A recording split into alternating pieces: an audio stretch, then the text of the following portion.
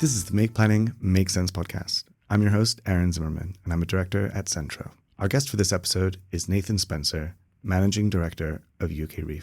REiiF Week is upon us, and in tingling anticipation of UKREiiF, which runs 19th to the 21st of May, Nathan talks about who's lined up to anchor the event this year and what the event means for Leeds. We also get into business-to-business business development in the built environment sector, the challenges the sector faces in communicating its priorities and sheer importance to the public, and the lost opportunities created by the planning system. Just to say, Centro's own Managing Director Luke Raistrick and Director of Operations and Partnerships Reece Raymond will be at UKREiiF. Reach out to Reece if there's an opportunity to connect in Leeds. That's REECE at centroplan.co.uk. Centro Planning Consultancy is also presenting a workshop at UKREiiF in collaboration with the RTPI, Women in Planning, and Women in Property Southeast. The workshop is tailored for students and graduates who are keen to learn about the practice of being a planning consultant through case studies, interactive activities, as well as an overview of routes to chartership. The workshop will be on Thursday the 21st from 1:30 to 2:30 p.m. at the Dockside Pavilion. I'd encourage anyone who's interested to please stop by. If you like today's episode, please share it with like-minded planimals and follow the show. And remember, we're ultimately here for you. Whenever you have complex projects that need excellent planners on the team, please get in touch. Find us on LinkedIn and stay in touch on Instagram, X, and Blue Sky at MPMS Podcast. Here is our conversation with Nathan Spencer. Nathan Spencer, Managing Director at UKREiiF. Thank you for joining us today. No problem at all. Great to be here. Thanks for having us in an incredible little podcast studio, I must say as well. Grand. Thank you. There's a reason why we don't have video on these episodes. We like to start off with who you are and your role. Yeah, so Nathan Spencer, Managing Director at UKREiiF. Obviously, from my side, we've got a big event that we do. And there's lots of other things we do, but that's what everyone knows us obviously the most for. And then outside of that, I also have a role with a charity. I'm the chair of Fusion Housing, and I'm also on the board for West Yorkshire Combat Authority's Regen and Housing Committee, which is just a private sector kind of guidance a little bit with the Combat Authority and the councils which are part of it. So that's me. And UKREiiF is just around the corner. Yes. REiiF Week. REiiF Week, raw. REiiF, yes. Hectic. For us, it's absolutely manic, obviously. The lead up to it kind of starts at about January all the way through to May, but everything from our end is coming together nicely at the moment. Obviously, I wish I could give you the exact numbers, but we're not recording this a week out, although it may be going out a week out. For 16,000, 17,000 people, more key clients. So we always say this around the event. We try to focus on the client side of things because that then brings in the wider industry. So bringing people like McDonald's on board for the first time with a pavilion, new regions like the Welsh Government, like Essex and Kent. Those are the ones which we class as the clients, the anchors, and then that brings in everyone else behind them. And great to have some kind of international ones as well coming on this year, Mileway from the logistics side of things. Arada, who recently purchased Regal London, which is another big name that's come on board. So yeah, really, really positive where it's going, and touch wood, it will go smoothly and the weather will be sunny. And we have our own Managing Director, Luke Raistrick, in the room, who will also be at UKREiiF this year. I will. Get in touch. Absolutely. LNG is headlining as a partner. Yes. Is there a specific significance to that? We're not being LNG send us money, but well, yeah, I should give you some because you're doing a promotional plug for them. Now, LNG, as people would know, they are a huge pension fund, big investor into regeneration across the UK. We have historically had a company called Pagabo as our headline partner. And this year we've maneuvered alongside them to what we call a strategic growth partner for them. And part of the thinking from our end is actually bringing an investor on board as a headline partner. It just keeps the event moving in that direction of where we want it to get to, not forgetting about some of the small independents and the SMEs. But at the same time, we want to be bringing on those big firms. So yeah, really good strategic one for us. Like the anchor store at a shopping mall. You get the anchor tenant and then, the frozen yogurt stand will follow. Yeah, that's it. From having LNG, they've been a partner for a couple of years now. They've had a pavilion at the event, but this is the first time that they've gone that little bit bigger. And you can never really tell on which partner or who's there that is bringing everyone else along with them. But it's really helped us, even when we're looking at some of the exhibition space, which is where Mileway have come in Keep Moat, who are a big house builder, have taken a much larger space year on year. Those are the kind of anchor clients that we're looking to have at the event. Yeah. And if the audience can be 45% of those kind of client mix, then the built environment industry will come with them as well. UKREiiF is this event for the industry, for the sector, public, private, worlds colliding, but it must also mean something for the city. Yeah, it's huge for Leeds. They're not an event city, and they'll put their hands up and say that. So actually, the scale of UKREiiF is genuinely like nothing else that they experience from a business event side of things. Yes, they have Leeds United, and they have Headingley, they have an arena, so you have that kind of trade come in now and again, but you don't have anything that is there for 3 straight days. So we do a report with REiiF, which shows that we deliver around 20 to 25 million pounds of economic impact to the city. And then we do a social value report as well with a company called Loop. And again, 3-4 million pounds annually of social value that we deliver. That's just us not think about all the partners that we bring on board around that D&I scene. So really big impact. And it feels really strange. You know, you can go into bars on a weekend and the staff will know you and buy you a drink because they know the impact that you have. They say it's like Christmas for them, but in May. So for them, it's that having 2 elements of that. Yeah, it's fantastic. And the plan for the city is to bring a new venue forward to host B2B events. Mm-hmm. And UKREiiF has played a part in showing that there's a missed opportunity in the city versus others. And is that a conversation that's already happening at the moment then with the City Council? Yes. So there is a plan at the Royal Armouries where we host the event. There is a plan to build a new venue space there. I believe some of the details are published. Government are hopefully going to part fund that. There's been kind of rumours from the Michael Gove days, but obviously we go through a churn of government and then everything changes. And one of my frustrations with government, it kind of goes back to the beginning and you're starting all over again. But yeah, that's a key anchor to the city over the next few years. I think it's maybe a £300 million project that the Royal Armouries are looking to bring forward. And it links the city really well together because there's a Dutch developer investor called Vestinct who are transforming a brewery site in the heart of Leeds. And then next to that is what has been announced as South Leeds. It's a new city or a new town being developed on the south of the river. So again, it all just ties into what is going to be a really, really exciting 10-15 years for the city. And I suppose if take UKREiiF as one example that's generating £25 million worth of economic benefit to the city, the business case for a new arena sounds pretty compelling, doesn't it? If that can be rolled out 4, 5, 20, 30 times in a year. Yeah, exactly. That's what it's needed for. In Yorkshire, I think the closest one is maybe Harrogate. And, you know, we know events which take place there, but actually something central in the city when you've got all of that hospitality, all of that retail. So there was something published during UKREiiF which said the city footfall went up by about 28% during UKREiiF for a normal week. You can't have that impact in many cities just by bringing a B2B event along. So yeah, we're really proud being from Yorkshire. We're really proud of what we've delivered in Leeds, and the city have come on that journey with us, not just the council, but all the hospitality venues, the hotels. There's some kind of firsts within there that they've never done things before. And we're really kind of proud of what we've done, but likewise appreciate what the city's done for us. Yeah, I think you should all be really proud of what you've achieved, both in terms of the event itself, but the wider benefits. Yeah. Absolutely, especially in an economy, in a national economy that's so unipolar in a lot of ways. I went to university in Glasgow, and so you just love to see that kind of investment and attention and bringing forward regeneration in a really positive way that's helping local business, that's helping spatial regeneration, as you said. Is there anyone that you're like starstruck and excited to meet? You're like, you just want to like buy them a glass of white wine or something. Just like, hey, oh my God, you're here. Yeah, do you know what? It's non-industry people. So we've got Rory Sutherland, who is an advertising guru. He does the rounds on TikTok, goes viral really frequently. And I've asked him to speak on the main stage because I think our industry is quite poor at marketing itself. There's a lot of that NIMBYism that's out there.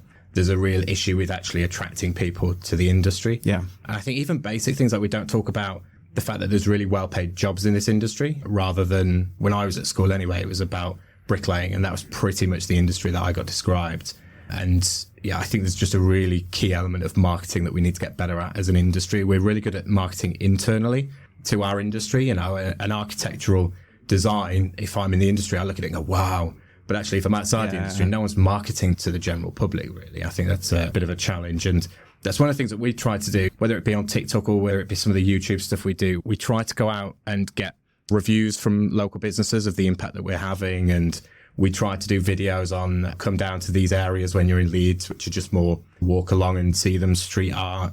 Yeah, I think we just need to do a bit more about showcasing what our industry is actually all around. Outside of that, there's always good names to have. There's someone from the Warburton family's coming, just random, but it's really cool. Do you know, those people that are from businesses, Old Trafford's, the regeneration project around the stadium is there. So Manchester United are coming. There'll be a lot of big names. I think we've got about 12 government ministers confirmed so far. So obviously from the ministerial perspective, it's not just planning and regen and housing. We've also got quite a few from, I think we've got the sports minister coming.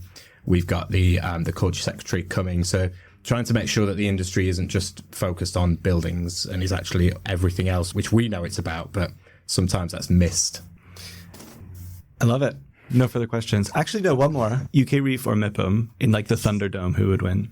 There's no Thunderdome.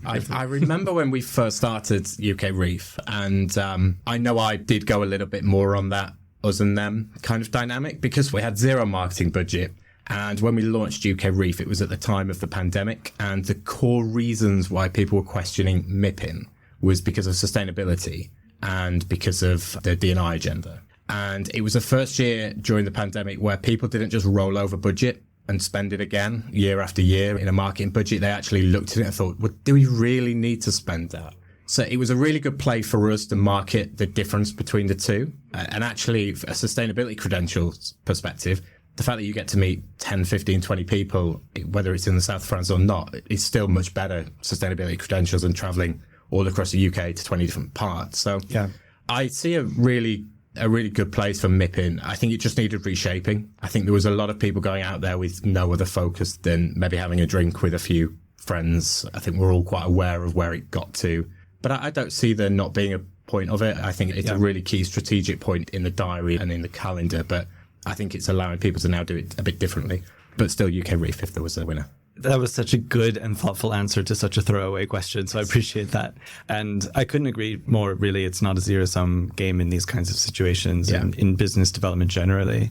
We look at events like that and you're tempted to think, is this going to be worth it? Yeah. But in reality, you just don't know. And it's just about making connections. And I sort of see it as like bringing together a critical mass, right? And you might not be able to like know when the ignition moment is, but you want to be prepared for it. Yeah, no, absolutely. And recognize it, yeah. I think from our end, what we're trying to do with it, we're bringing a lot of different types of sectors into it as well. And that's the key element of all of these different types of meetings. So this year, we're focusing a lot more on things like social housing, on data centres. Obviously, Luke, from your end, you're from a hotel perspective, hospitality, that's a big area for you, isn't it? So I can see those types of things are quite attractive for you to be able to meet different hoteliers and occupiers. So we are trying to go down that route of making sure that we're bringing in a bit of everything. Yeah. Because at some point, it all comes together, and that's what creates a proper place that people want to live.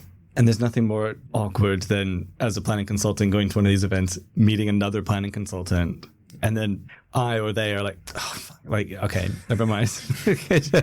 Next. So it's really weird. At times, I find it's really bad business development. They host dinners just for the people that they're friends with. Yeah. But actually, there's that missing bit sometimes of actually, how do I go and find the right people? And a lot of it comes from relationships. So from our side, this stuff right here just came from a LinkedIn message. Lou, you've been helping bring some hoteliers, some occupiers, haven't you? Correct. Along. And that will play both ways. So from our end now, Luke's in our good books, so we'll do a favour here or there. But that's how relationships work. There's always a bit of something here or there, but I don't find it happens very often in random networking circles. You need to be quite targeted with your business development and know why you're having a conversation with someone. Shall we talk innovation? There's a lot happening in planning reform at the moment, and there's still also a very sort of process-driven mindset in the practice of planning. We're here to make planning make sense, trademark, and we kind of know what is not working well. And there are a lot of ideas for how to fix it, but the changes that we've seen so far just sometimes seem to circle the problem rather than resolve it. Yeah. Yeah, I think you get that in every industry. My biggest frustration, going completely off topic to a degree, but the NHS needs total reform. But we just keep doing these little bits where we try to fix little things. But actually, Leeds, my local hospital, is still using fax machines. What is happening for this innovation not to be getting drawn in. It needs an overhaul. And it's exactly the same with the planning system. It feels at times where you almost just want to rip it up and start it afresh. But there's this fear of doing it. And I wish there was a government or someone, this is no disrespect at all to government or anyone working it, but I almost would love it to just rip it up and start again and see where that took us, because there's so much that we're hiding behind and having to go through process-wise that an easier point would just be, do you know what, let's just start again, pilot it in a town or city somewhere and see where it gets to. Yeah. I think that there's something about the national culture that is reflecting a propensity to do incremental change or a creative change. Yeah. The phrase that I thought of was unintended consequences. Like, oh, but we don't want unintended consequences. It's like, but what we have now is not exactly delivering what the society needs. Yeah. And government has been making some really good progress in reforming things like the provision of sustainable energy infrastructure, for example. Yeah. In the practice of planning, though, it's still very process driven. Even like everyone agrees that the process doesn't really work for them. Yeah. But that's the process. Yeah. How do we start changing the mindset itself? Or is the mindset a response to circumstance? When I talk to people, I don't think the mindset needs to change. I think everyone knows what would be an idea, where we would get to. Yeah. I think there's just a fear. There's issues around resource. There's so much around it. Like you look at the planning issues around particular things like data centers, where the energy network's not going to be connected until 2032 onwards. We've seen this. It's foreseeable. It's been that way for years. We all knew it was coming. And now it's a government blaming the previous government and so forth. I think if there came to be a consensus of, I'd love to get to that point where, like there was with HS2, where every single political party was on board with it and everyone was working to the same goal. We all knew 1.5 million homes was never going to happen. As soon as that got announced, we all looked at each other going, well, that's not happening, is it? I'm pretty sure they must have checked that with industry before coming up with a number that they would throw out. And they're still saying today that they will deliver it. But actually, if you did have a collaborative approach, cross-party, within government that was aimed at delivering X, Y, or Z, that's where I would say we need to get to. And I think the mindset in government is it's all party politics. They have to be doing what's right to keep their party in power. And that's why everything runs on a 5-year term. And everything is a short-term win, and there's nothing long-term vision that's really been drawing out. I can't see us ever escaping that until we maybe bring in or remove first past the post from a political voting perspective. But yeah, I'm fearful of, I always see innovation within anything that touches public sector to be quite slow, and it's small things which are getting implemented. So let's call that a political inertia, perhaps. You mentioned fear, though. Can you unpack that? Can you develop that a little bit? Yeah. Fear by whom, of what? I suppose I use it in terms of the public sector and government, but actually it's the same for private sector. There is a fear of doing something big. How many entrepreneurs out there will take a risk that they could become financially ruined for? Probably not many. And some of those are the most successful people in life, and we probably don't hear the story of many others. But I think there does need to be that element where we start to risk a little bit more. There was a conversation I was having with a member of parliament where I'd introduced a company-owned organisation. I won't say who, but they're an investor, and they turned down investing into a project, an energy project, because they were fearful of the return. The return was 2 or 3%, and they were looking for returns of 5 or 6%, whatever it might have been. And then a Singaporean investor has come in and done it. You just look at it going, well, why wasn't that us as a country? Because a 2 or 3% return, even if it delivers 0% return, the jobs it's creating and the economic impact it will have around that area, it could make a loss and it would still bring in money to the taxpayer. So, yeah, I look at that from a government side, but it's the same with private sector. There probably is a lot of private sector companies that are just going through the motions. And yeah, it's a little bit of both sides really, but you do need things to be in place policy-wise to be making those changes and those risks. And I think stability is probably the best thing that a government can deliver for organisations instead of tweaking and changing things every parliamentary period that we go through. Yeah. Melissa Murphy-Casey, who was on the podcast, made the same point that the thing that she would want to change is to just let policy settle and get the case law around it, get people to really understand and interpret it. And like we run into this with our planning statements all the time. By the time we prepare a planning statement for the full application, the entire sort of decision-making framework section needs to be tweaked. And all of it is really important because you need to understand the statutory decision-making framework. Yeah. But then also all of it is just a lot of time and it probably isn't going to influence the decision maker unless we're talking like big policy change. Yeah. You'd wish this was just all automated, because I've gone through with my property, I was looking to extend it.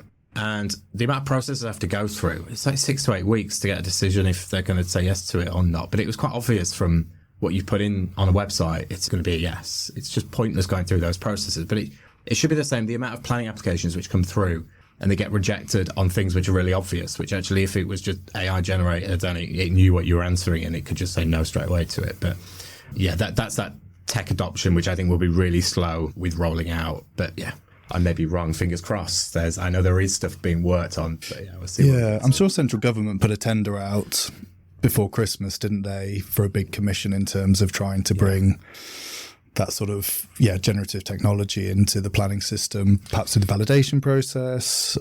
There is a lot of manpower that goes into the planning system that could be computer power instead. There's an inordinate amount of just administration. Yeah.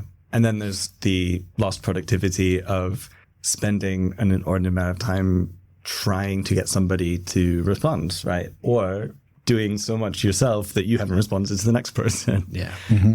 I think that is one issue. I don't know about AI in actual decision making. Maybe I'm being, because I'm not a planner, so I'm thinking, it's really quick. I think it came into my head around the time that there was an Office for Place that was created under the former government, which was a link between sort of Michael Gove as a housing minister and then obviously the local authorities. And it was around designing beautiful places. So if you were in certain locations, they needed to use certain brickwork and the like. Yeah. And actually it was more on those bits, those which are really simple to know. Actually, if you're not using this brickwork, it's going to be rejected straight away. Instead, it was going into the planning process, and then they'd get down the line and 4 weeks later it would get reviewed and they'd be like, no, you're using the wrong brick. Those really just obvious things which it can pick up. Certainly not in terms of actually saying yay, nay, but the bits which it can, pre-screening. Yeah. Those things which could just be ticked off. And design codes are intended to do something like that, to be sure, under the LURA. And now we also have the draft national design codes out for consultation. We're going to have to do an episode about that with somebody who is also just ready to have a chat with me about it, because it is probably no more meaningful than just not having it. Yeah. It's very general, isn't it? I was reading it today, coincidentally. Like, think of 7 adjectives to describe nice places. All right, great. These are our principles. Okay, but what does that mean in decision making? Yeah. And I think that there's a lot of discussion and there's a lot of sort of pet passions in planning as well. And then when you really step back, administrative burdens aside, you think this is no way to decide whether or not they're allowed to build that building. Yeah. And so it loses the sort of outcome purpose, the point of it all. Yeah. And this is where our value is added, right? People talk about whether consultants should really kind of like quietly be happy that the system is so difficult to navigate and there's so much complexity and there's so much risk management and advice needed. That is where we add value. Yeah. And we're damn good at it. Yeah. But I think we'd all like to do more with the calories we're burning. Do you know what I mean? Yeah.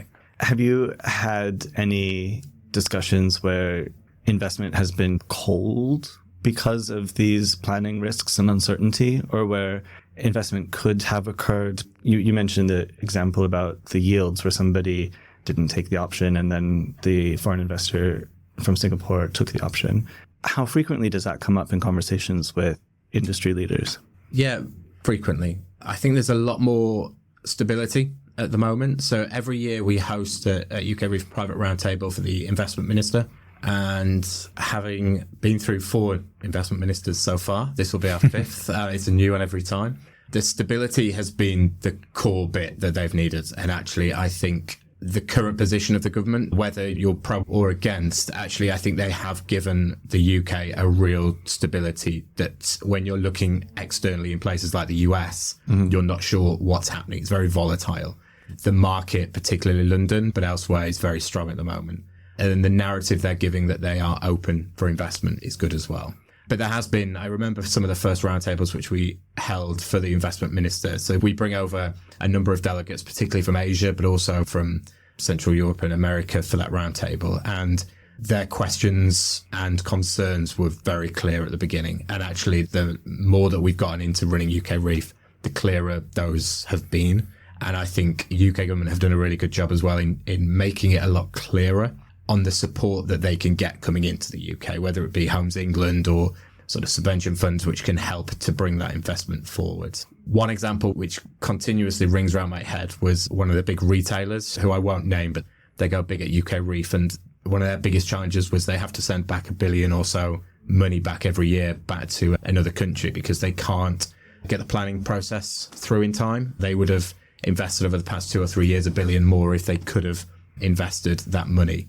But the planning process is their biggest challenge. It takes too long. So every year they have to then send it back, whether it be just that it takes too long for them to review, or if it's objections which come up and it's back and forth. And 2 years later, they're just saying, do you know what, there's no point in this. So that's an allocation of funding that they've got in place to be able to deliver projects, but the planning permissions aren't in place in time to be able to then deploy that capital, basically. Yeah, that's right. The head of property for that retailer is getting a slapped wrist at the end of the year saying, why are you giving us back £1 billion? We told you to spend it. So, yeah, it really is a challenge for some different companies out there. But you must see this all the time, though, from your side, things which are stalling. And we do. It's just when you put a number like $1 billion from just one business, it's pretty eye-watering, isn't it? Yeah. And it's quite literally lost investment and the lost multiplier effect from that investment, the lost employment and the lost opportunity for competition. Yeah. Yikes. Yes. Yeah. There's so many. There was one recently, actually, in Leeds, where I believe it is still going forward, but Microsoft made this massive announcement with government of a new partnership around data centers. And then they secured a site which is in Leeds, on the outside of Leeds. And then they only found out afterwards that actually there's now a delay with the energy input into that building and they can't build it until 2032. So now is it definitely on the hook? And there was actually a waste to energy provider called Infinium next to it. And they've been trying to talk to them for years to say, look, you can just have our energy. We can just plug it straight in and it's here. Run an extension cable across the property boundary. It's effectively what they were saying. Yeah, we'll just put it straight into you instead. And they had a site. I grew up in a place called Ferry Bridge, which overlooks the cooling towers, which have now been knocked down. Really cool mining town. They've got 2 there as well, waste to energy plants, exactly the same, but they're not getting, they've asked a combined authority, they've asked the council, they've asked the government. No one is introducing them to the person that is doing the project on the site from a data center perspective. So the delay it doesn't need to be there. It really frustrates us because we're just like, well, we could just email you and you're connected, done, dusted. But there's kind of some workings in the background which won't enable that conversation to happen, which is so strange. But yeah, blockers. Waste of data. You heard it here first. It does break your heart out. We'll be right back. At Centro, our tailored approach turns potential into planning permission for major development projects nationwide. Every project is unique, and our analytical and persuasive approach delivers the best possible results for our clients. Our team's diverse insights are essential to creative problem solving, and together, we're proud to plan for a sustainable future. Get in touch if we can help. Find us on LinkedIn and online at centroplan.co.uk. There's a guy called Alex Favier who used to work at Midlands Engine, one of the kind of growth boards which are out there for the regions. And he's got a pilot going with all of the Midlands universities coming under one umbrella. Just that link together of all of the R&D happening and driving the investment backed by the universities. So they've been traveling the world for the past 12 months or so. I believe they're at MIPIM as well as they had a pavilion at UKREiiF. Yeah. And it's all around driving investment in, but anchored around the university R&D, which we're so strong at.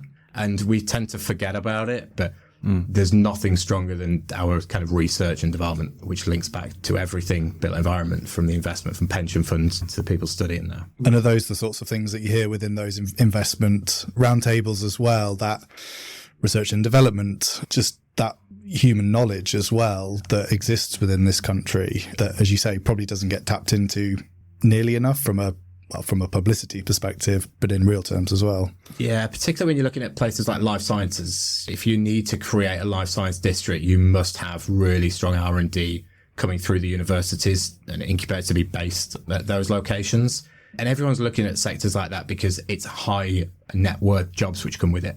And that's if you're looking at building new projects, BTR, whatever it might be. you need those high paid jobs to be attracting the people who are going to spend the most money on those types of projects. So yeah, having something like that, it's forgotten about, but that is a catalyst to so much more. And sometimes those things get a little bit more forgotten about. But yeah, we should sing and dance about that a lot more than we do. Yeah. I went to a really interesting talk last year at UKREiiF, which was being put on by Plymouth City Council because they'd won a recent contract to deliver the next generation of nuclear submarines, billions and billions of pounds worth of investment. And they were saying our challenge is we need a workforce of tens of thousands of people to migrate to Plymouth to do the work. And how do you attract highly skilled people to come to Plymouth? Because, yeah, we've done projects in Plymouth. It has its attributes. It also has its downsides as well, which it knows about. But, yeah, where do you start to begin to attract people, give them the confidence that 30 years old or whatever, you should move to Plymouth and spend the next 10, 20, maybe the rest of your life here, start a family here? Really interesting things that you've got to try and grapple with, I think, as these sort of city regions. Yeah. I think this is a bit of, coming back to the risk bit of, it's really good getting it, but you'd want it now to have been done 20 years ago. And I suppose it's for UK and cities to be looking at where do we want to be in 20, 30 years and actually building it now ready for, so you're built around it. You know, you have it with the Olympics every time. They have to create a whole new city with thousands more hotels. And when Birmingham had the Commonwealth Games, they had to create a village in the middle of the city centre, but actually that village is now housing. So those, you just need to really go for it is where I think, and I know the money is at times hard to get by, but I think sometimes by not investing into those bits that we know will have a really big impact, we're shooting ourselves in the foot. Because yeah, I'm very surprised if you're lacking of homes for 10,000 people or that talent pool, that they've still been able to invest in that location. Because that is what quite a lot of people, big businesses anyway, they're looking for coming in. Have you got the right structure around? Not just can you deliver it, but they need the full package. Absolutely. And shout out Tower Hamlets, where I live and love. Ooh. But it is also a really perfect example. You mentioned life sciences as the kind of industry where you need sort of a cluster of research, education, practice, and the, I think, 5 city block master plan for the Whitechapel Life Sciences Quarter. It was in planning for 2 years before the committee and now has been post-committee approval in the S0106 for more than a year and is yet to be determined. And meanwhile, there's an adjacent site where a life sciences building is being proposed with private money. Yeah. Committee approval months and months ago now. Yeah.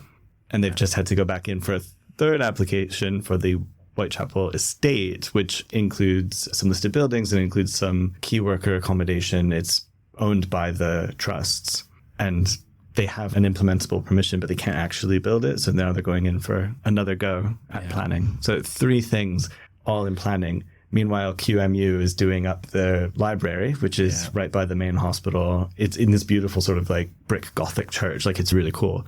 And it's 5 city blocks hoarded up. Yes, I couldn't imagine working in your trade and the frustration that you must have constantly about areas like this. But it's one of them where it gets outdated. There's a demand for it now, and that's why it's being brought forward. And if you leave it 5 years, the demand might be there for a short, but you've not been able to create that catalyst around it and the kind of ecosystem that it needs. So yeah, I get frustrated by it all the time, particularly in Leeds. We've been really slow in Leeds at times, particularly due to the delay with HS2, because that earmarks elements of the land which still can't build on, because HS2 might come there one day when you know it's not coming at all. But yeah, there's a lot of frustration on areas like that. But yeah, thankfully I don't have to deal with going back and back to them 3 times, 4 times. But we're not the agents for it either. I'm just a neighbour. I'm just a concerned neighbour. Well, maybe it'd have been quicker if you'd have been involved. Exactly. NHS Barts Trust, call me. But it's not anything to do with their agents, I'm sure. It's just there's a certain lens through which you can see the impact of these things when you are in the profession. And it's not just, I don't like the hoarding or like, I want more coffee shops. It's that I see this critical mass in waiting, right? It's just on this precipice. And what is the precipice? It's planning.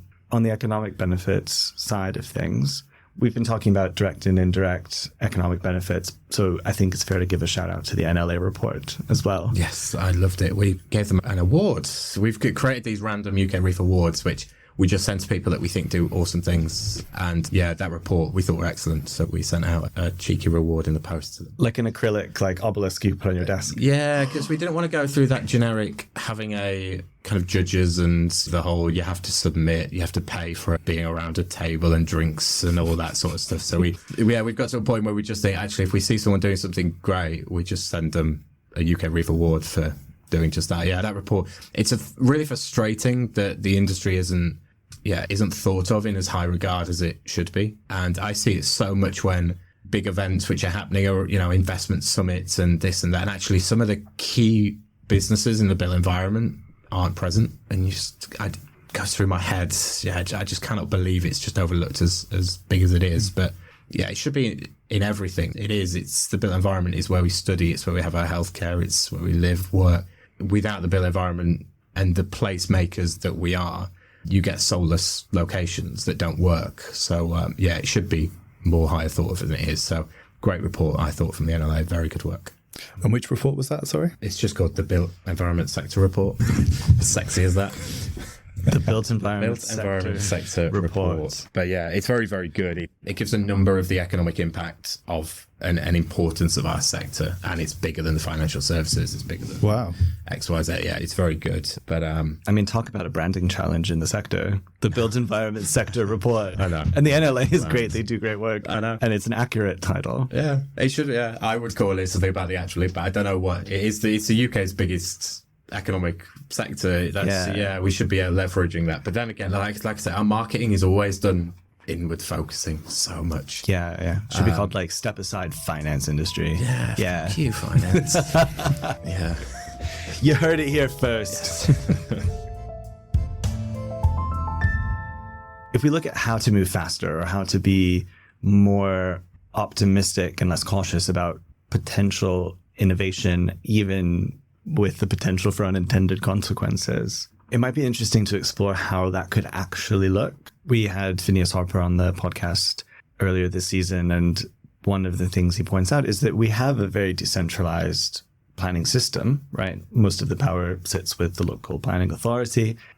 And they suggested that there's a possibility that you could have different LPAs piloting different models of decision making and different models of process administration. How that actually works out in statute, I'm not sure, but I liked the idea of giving authorities a free rein to innovate. Yeah, just like running kind of natural experiments. And yeah, you would need the boldness of an authority to say, I want to take this on, or I have an idea about how to do it better. But it would still be quite, in effect, isolated. Mm-hmm. What are some ways that we can innovate, bearing in mind that need to bridge the sort of caution hurdle? Yeah, I think there's always constraints. I really like the mayoral development corporations because it outsets from the beginning. Actually, we're bringing powers into a certain body that can be in charge of that. They do accelerate things through. Ben Houchin, who's the mayor of the Tees Valley Combined Authority, that was a seat which the Conservatives never thought they would win. From a mayoral perspective, it's always been a Labour heartland. And then 4 years later, when every other Conservative vote collapsed, Ben still got in, and I believe he extended his majority. And I think one of the positive reasons why is just the boldness of what Ben had been leading on. So there was a development corporation, there was land being acquired, land being sold, big announcements about what they wanted to do in the region. And there's been controversy over it. I think he has been on a few reports and programs about it, but actually there's nothing untoward that's been found apart from there's been a real ambition to just make it quicker. You see it in Greater Manchester as well, where again, there's publicity where people would question it, but the Combined Authority has given out loans to developers to make sure that they can build quicker. Rennica is the big one. When I love it, I find it really inspirational when you turn a corner down, driving into Manchester down a working class street, and then at the end of the street you can see these huge skyscrapers that make you go, wow, if I was growing up there, I'd want to be working there when I'm older or living in one of those buildings when I'm older. So they've been quite unique with giving loans out to developers on commercial basis. There's a commercial revenue coming in off the back of it. So actually they can then reinvest that more and more into it. There's not enough boldness in those types of things, but actually in some cases there isn't the ability to create those. Yeah. And it comes back to the working cycles as well. Because if Andy Burnham hadn't have been in for 8-10 years, actually that would have been changing after 5 years. And then you're back to the beginning and you're starting again. it's that consistency which I think has enabled them to be able to be confident in what they're delivering in Greater Manchester. And that's the fastest growing city in the UK. And when you go there, there's a reason behind it. Do you have any preference? Is there any locations you work that you find things are easier or better, or we shouldn't name them? There are definitely authorities that we trust to have a competent service and to work with the officers, to be able to get in touch with the officers.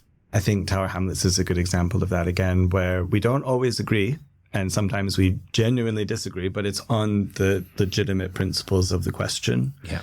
They have some of the best salary benchmarks for officers in Greater London, and it's hard to separate that from the fact that they are also a borough that wants to see development happen. They get the SIL money, they have the S06 contributions. Yes, the way that filters into a very economically diverse borough, it's hard to see that direct line for a lot of people. Yeah. But Tower Hamlets is a vastly different place than it was 10 years ago or 10 years before that. And it's through having a vision that it makes them easier to work with as well. Yeah. Yeah. I mean, but you're actually the experts, because from a content perspective, I would actually be interested in knowing, maybe a thought or two from your side, Lou, in what have you seen out there that maybe we should be spotlighting that others could follow suit with? Yeah, I think we've had recent conversations, haven't we, in the season 1 finale episode. And one of the key themes that was picked up on was this question of resourcing within departments. And you hear this time and time again, don't you? Oh, there's not enough staff. Planning departments aren't well enough resourced. And we said, well, hang on. There's a very simple way. The tools are already there to make every single planning department in the country properly resourced. We have something called planning performance agreements, whereby on top of planning application fees, the two parties sign what you'd call a memorandum of understanding. Yeah. Money is exchanged in the recognition that you will get a more enhanced service as a result of paying that fee, dedicated officer, et cetera, et cetera, et cetera. Yeah. And I think very simply, local authorities could use that tool much more than they are doing at the moment. In our experience, a typical PPA fee for a major development might be 20, 30, 40, 50,000 pounds. That's the salary of one officer for an entire year, good officer for an entire year. So you only need another 5 or 10 of those, and you've probably doubled or 50% increased your staff resource within that department. And you think about the improvement in service and the speed of decision making that could be achieved just through the simple act of being more proactive with the use of those PPA powers, I think would make a huge difference. And doesn't require new legislation, doesn't even require new policy. It's all the tools are there already. I think that's the lowest hanging fruit of all the challenges we've got. Yeah. Say a planning application fee is £40,000, and then you could say to an applicant, do you want to double that and get a 13-week determination period, or do the statutory application fee and a 2.5-year determination period? Yeah.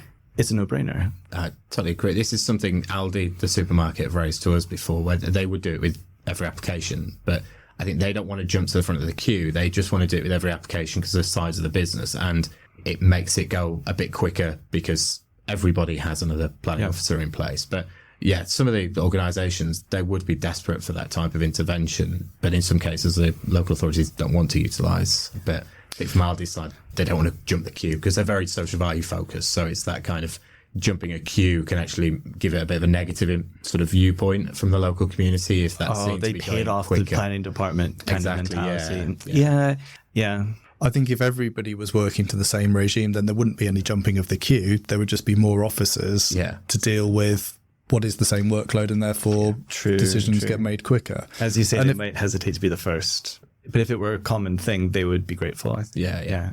And it's not just about recruiting staff, it's about retaining staff, and it's about retaining the best staff as well, isn't it? Yeah. As well as recruiting the best staff and giving local authorities a more level playing field with the private sector, because we all know that that is a major challenge as well, being able to attract the best talent. We find that quite interesting because some people prefer the private sector. I know it comes obviously with slightly better benefits from a wage perspective. Sometimes in the public sector, I speak to people and it's amazing because I'm all over the place. I'm doing too much and learning that versatility, where in some companies there's a bit more clarity of what you're doing and what your job is. Actually, some of the public sector staff just learned so much in 4 or 5 years. But I suppose there probably does come a time where you want to move out and then your skill set's lost, isn't it? And very often I think you do hear negative stories where planners have worked in the public sector and thought, this isn't for me.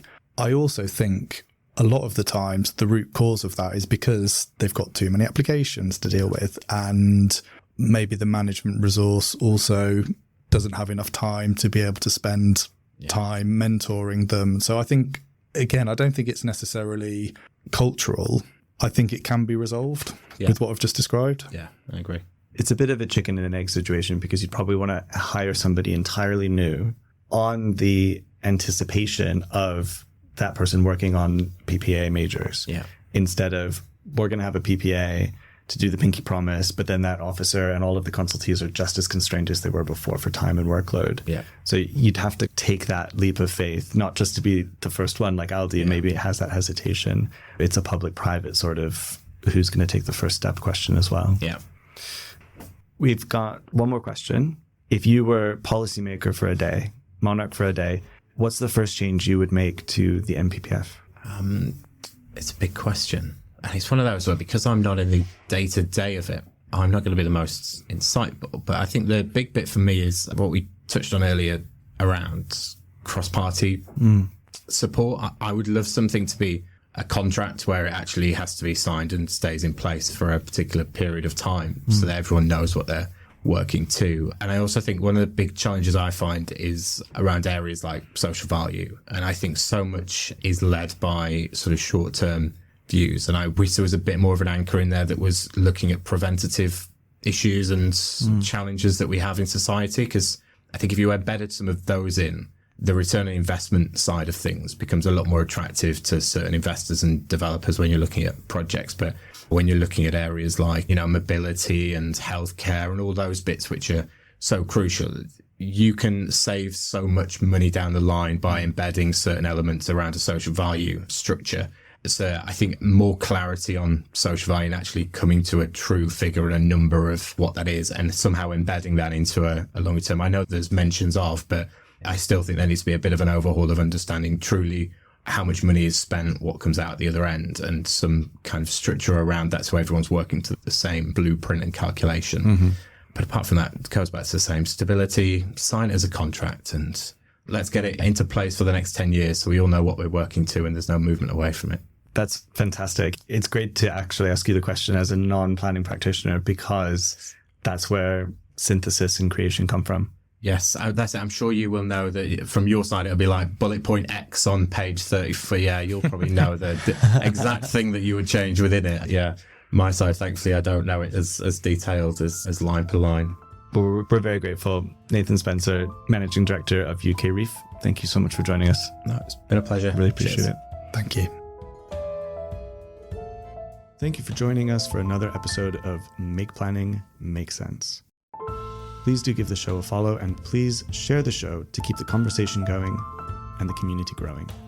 Find us on Instagram, X, and Blue Sky at MPMS Podcast, or write to us at podcast@centroplan.co.uk.